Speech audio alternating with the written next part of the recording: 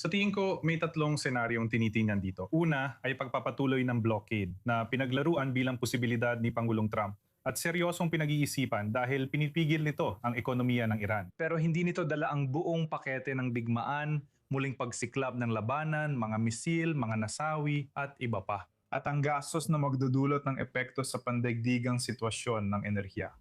Yon ang isang senaryo. Pangalawa, posibleng huling minutong diplomatikong tagumpay.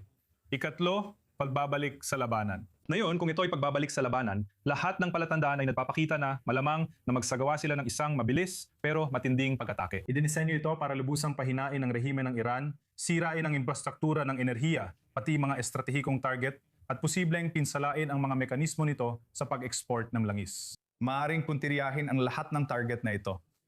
Iyan ang tatlong senaryo. Sa ngayon, tingin ko kulang pang impormasyong pampubliko para masabi kung saan ito patungo. Sa tingin ko, hindi pa desidido si Pangulong Trump.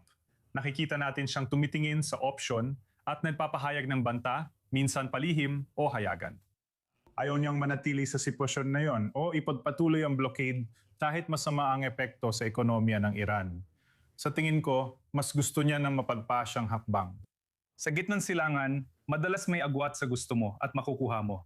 Kaya hintayin na lang natin ang resulta. Sa totoo lang, pero hindi rin naman natin siya naririnig na gumagamit ng mga matitinding salita. Alam mo yon, yung parang babagsakan ka ng bomba hanggang sa maging pira-piraso ka. Parang hindi siya gumagamit ng ganung klase ng pananalita na kung iisipin mo, parang talagang iniiwasan niyang magkaroon ng anumang malaking gulo.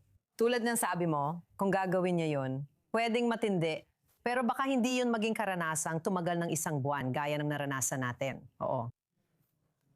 Medyo mahirap sukatin si Trump based sa mga pahayag niya dahil talagang pabago-bago at kalat-kalat ang mga sinasabi niya. Pero ngayon, nagkaroon tayo ng silip sa mga negosasyon dahil naglabas ang media na konektado sa IRGC ng 5 pangunahing hinihingi na iniharap ng US. Ang 5 ay walang kompensasyon para sa digmaan.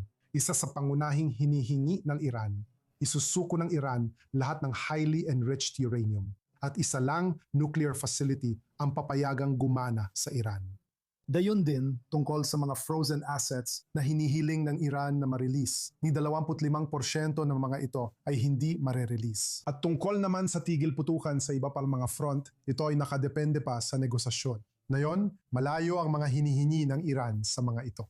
Kaya mahirap makita kung paano malulutas ng diplomasya ang isyong ito. At kaya habang nandito tayo ngayon, sang-ayon ako kay Yakov na ang ganitong uri ng kalagayan ng kawalang katiyakan ay hindi pabor sa panig ng Amerika pagdating sa kalinawan ng paggawa ng desisyon. Ito ay nagpapatao ng mabigat na pasanin sa Iran at hindi tatanggapin ng Iran na manatili ang kasalukuyang kalagayan.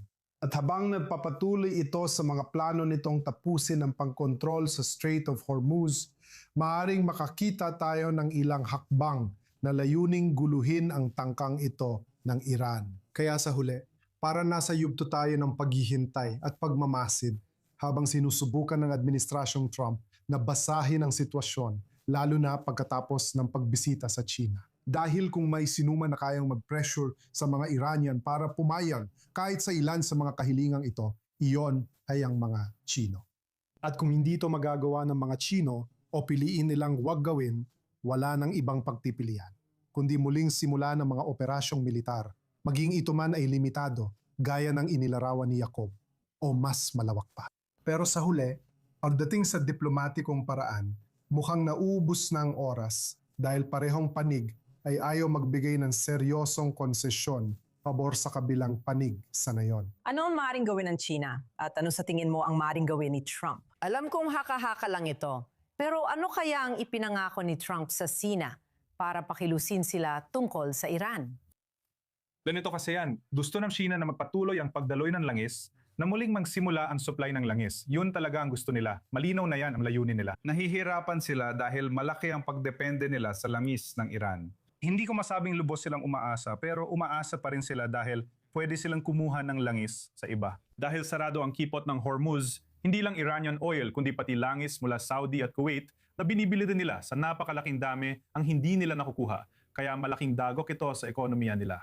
Sa totoo lang, maganda para sa Sina ang status quo dahil nakakabili sila ng langis mula Iran sa mas mababang presyo dahil sanksiyonadong langis ito. Nagsusugal ang China sa pagbili at pagbuo ng lihim na armada ng mga barkong pangkalakalan para bilhin at ilipat ang langis sa third-party na barko habang tinatago ang kanilang bakas.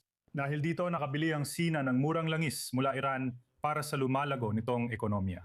Ngayon, hindi na yun nangyayari. Gusto nilang tuloy-tuloy ang supply ng enerhiya at pahinain ang impluensya ng US sa gitnang silangan.